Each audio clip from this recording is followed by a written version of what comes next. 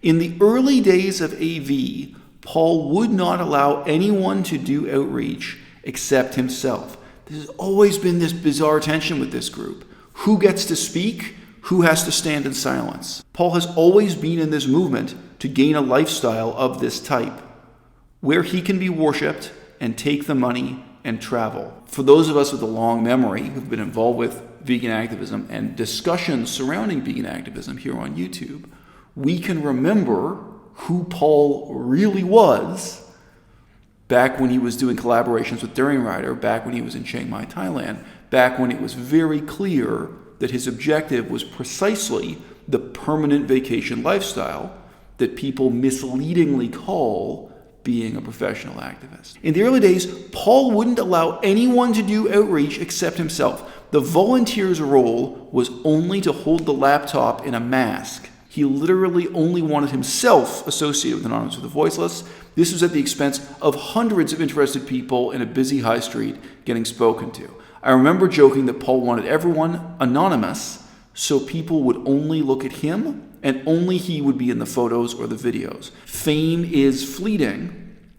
The exception being, the contrast being, when you have someone who's fixated on self-promotion, who's fixated on the pursuit of fame, someone who wants the full-time, permanent vacation activist lifestyle, someone like Paul Bashir. The purpose of this video is not to point the finger and say bad, bad, bad. And I'm in a privileged position to say that because I have made videos in the past that do indeed fulfill the purpose of pointing the finger and saying bad, bad, bad.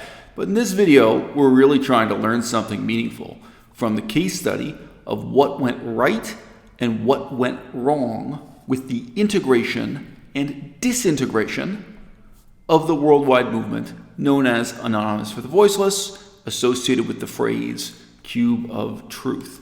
When you look at this picture right here, whoo, man, for those of us who have been in the game for a few years, animal rights, veganism, ecology, this brings up a lot of memories right here. Quote, I've been reading through the discussions here and thought that people might benefit from knowing the history of this form of activism. A group called London Vegan Actions, particularly Phoebe and Jane Frampton, developed a tactic called the Earthlings Experience about 3 or 4 years ago. So by the way, I don't know when this comment was posted, but that's now more than 3 or 4 years ago relative to current date in 2019. They would sit on a train and show Earthlings whilst wearing white masks. They made a video telling people how to do it and shared this form of activism with the world. They didn't do any outreach. Instead, they would just give little love heart cards to people with short written messages. It's already here, there's kind of so much to say. Phoebe Frampton and Jane Frampton, they appeared on mainstream television, I believe BBC News, but maybe it was ITV, but major British news stations interviewed them and talked to them. They briefly really became kind of iconic faces for veganism and the animal rights movement. And of course, there's a kind of selection bias at work there. I think they were like 18 at the time, approximately. They were striking, slim, young women.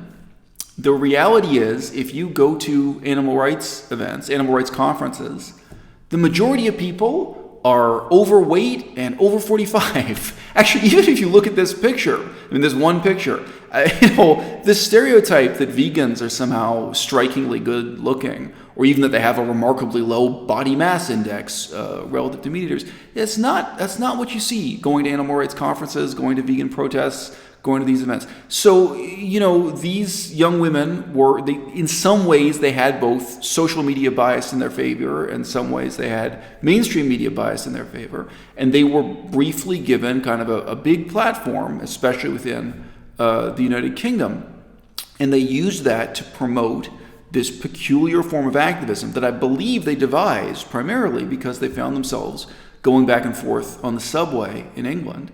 And they came up with this method of sitting on the subway, wearing the masks, showing the vegan documentary on a portable computer screen. How popular was it? How big was the impact really? Well, if you're measuring it by the long-term consequences today, it seems like a little spark that came and went, right? And when you look back at major political movements of the last 10 or 20 years, this got a lot of hype on the internet. But for one thing, the charismatic leaders, Phoebe and her sister Jane, they finished school. I assume they finished whatever kind of college they did. They got boyfriends and girlfriends and moved out of London. They moved to other cities and they settled down and they moved on with their lives. I assume they got jobs. I'm within 6 degrees of separation of these people, but I don't pry.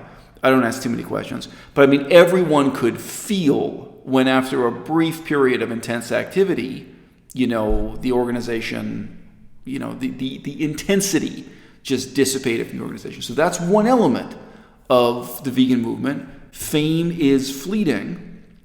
The exception being, the contrast being, when you have someone who's fixated on self-promotion, who's fixated on the pursuit of fame, someone who wants the full-time, permanent vacation activist lifestyle, someone like Paul Bashir, right? But these girls, they were not like Paul Bashir. Sorry, they really were girls at the time. Today, they're fully grown women, whatever it's been now, 6, 7 years later. Okay, we continue. Anyway, this tactic took off and people set up Earthlings experience groups all over the world. People would do it on the trains and then they started moving to the streets. They began experimenting with showing different types of footage, wearing different masks, producing leaflets, and doing outreach. Groups all over the world were experimenting and learning from each other's innovations and were doing great. Then, Anonymous for the Voiceless was set up in Melbourne.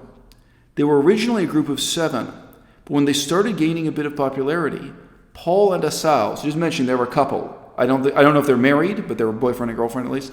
Paul and Asal hijacked the group, deleted the other admins, and this caused a massive split in the Melbourne activist community.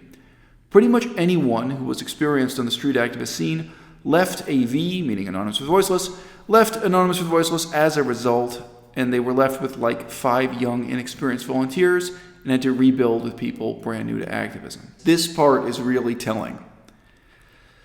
And let me tell you something.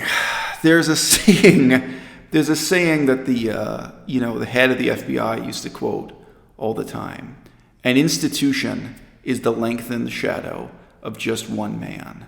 The character traits of Paul Bashir, they tend to be reflected to a remarkable extent in the type of power-mongering, controlling little Hitler personalities that end up in leadership positions worldwide within this organization. And there's no conspiracy, there's no manifesto, but people who are attracted to and want to imitate the example of what Paul is doing, the rules he plays by, and even how he breaks the rules. There's a pattern, a self-reinforcing pattern of bad behavior here, where you see not 2, 3, but many figures very much like Paul Bashir. Okay.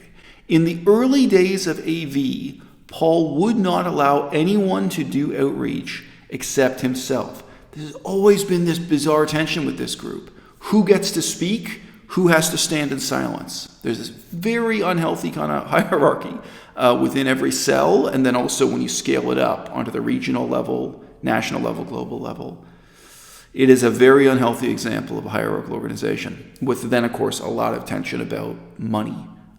Anyway, we continue. In the early days, Paul wouldn't allow anyone to do outreach except himself. The volunteer's role was only to hold the laptop in a mask. If they wanted to take a break, he would even ask them to leave the area rather than be seen near the demonstration without a mask. He literally only wanted himself associated with Anonymous for the Voiceless.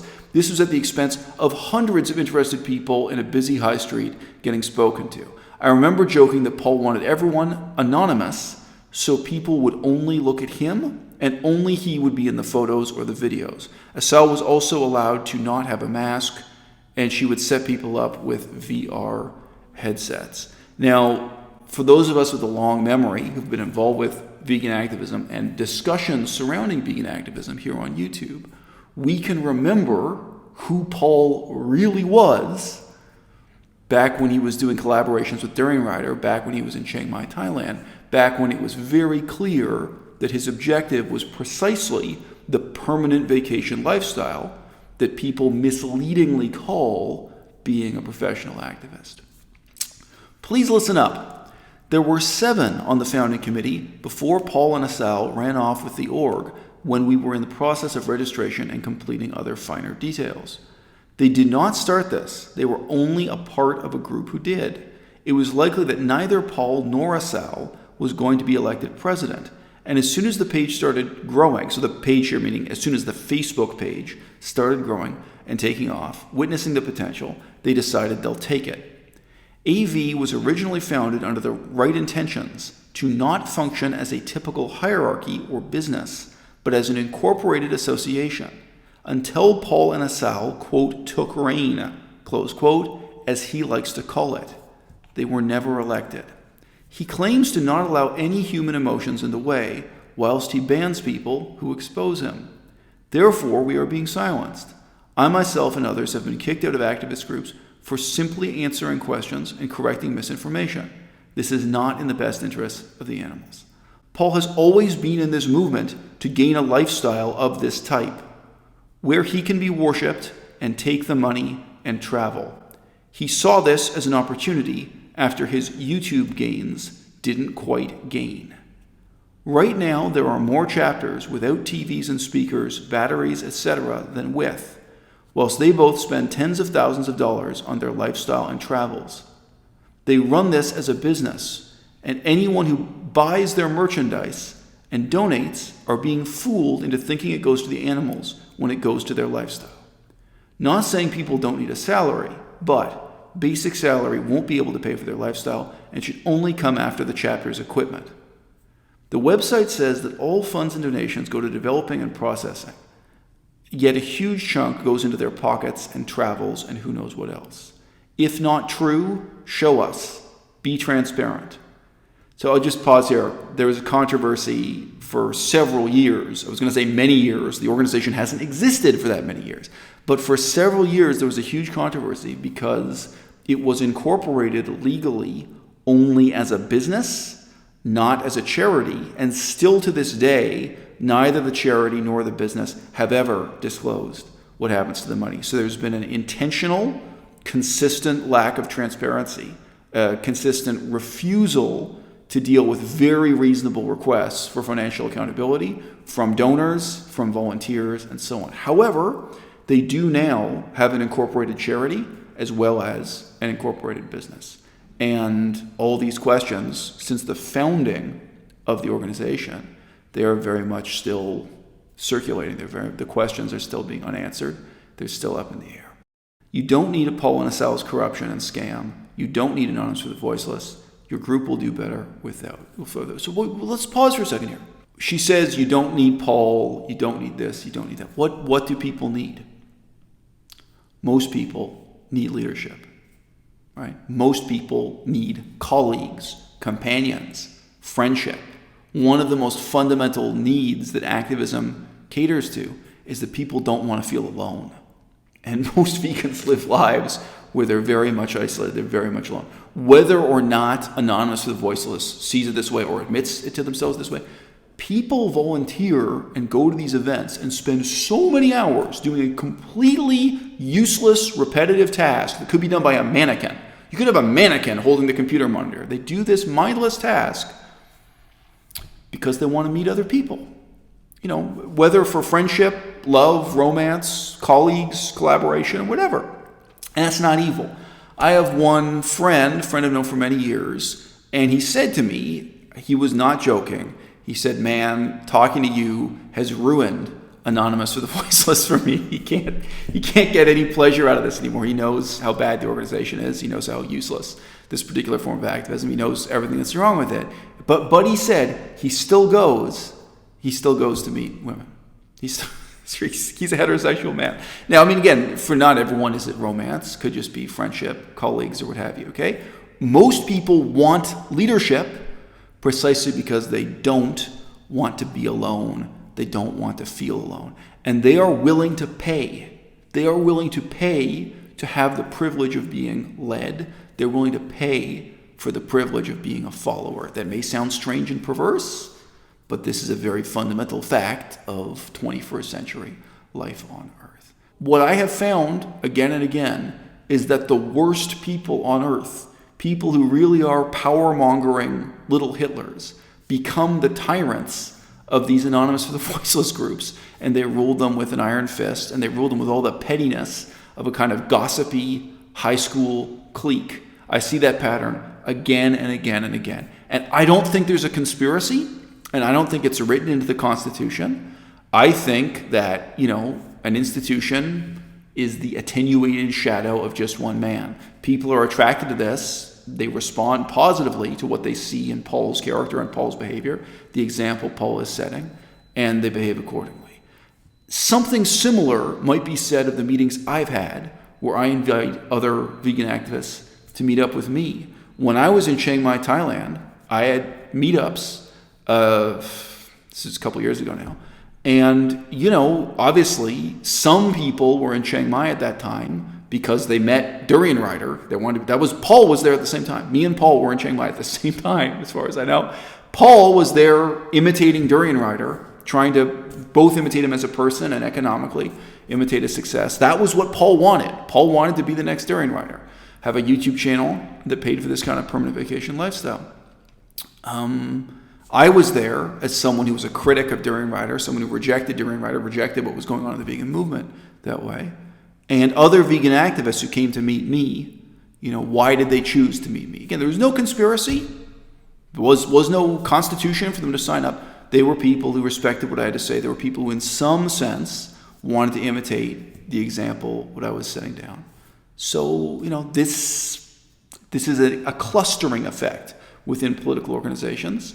And sadly, there's a lot more harm than good that comes from it. Cui bono? Who benefits? Who benefits from activism? It's people like Paul Bashir who benefit from activism. I know it's going to sound absurd. It's not people like me. It's not people like you. It's not the animals. Who benefits from the political process? Professional politicians. And there are a lot of wealthy people who want to make the world a better place. I can sympathize with them just as much as I can scorn them. I know that Paul has benefited from the direct intervention of a small number of wealthy donors in much the same way as Gary Yourofsky in the past benefited from the intervention of a small number of wealthy donors. And of course, we know that Paul has met with Gary Yourofsky. Probably some of those donors are the same people.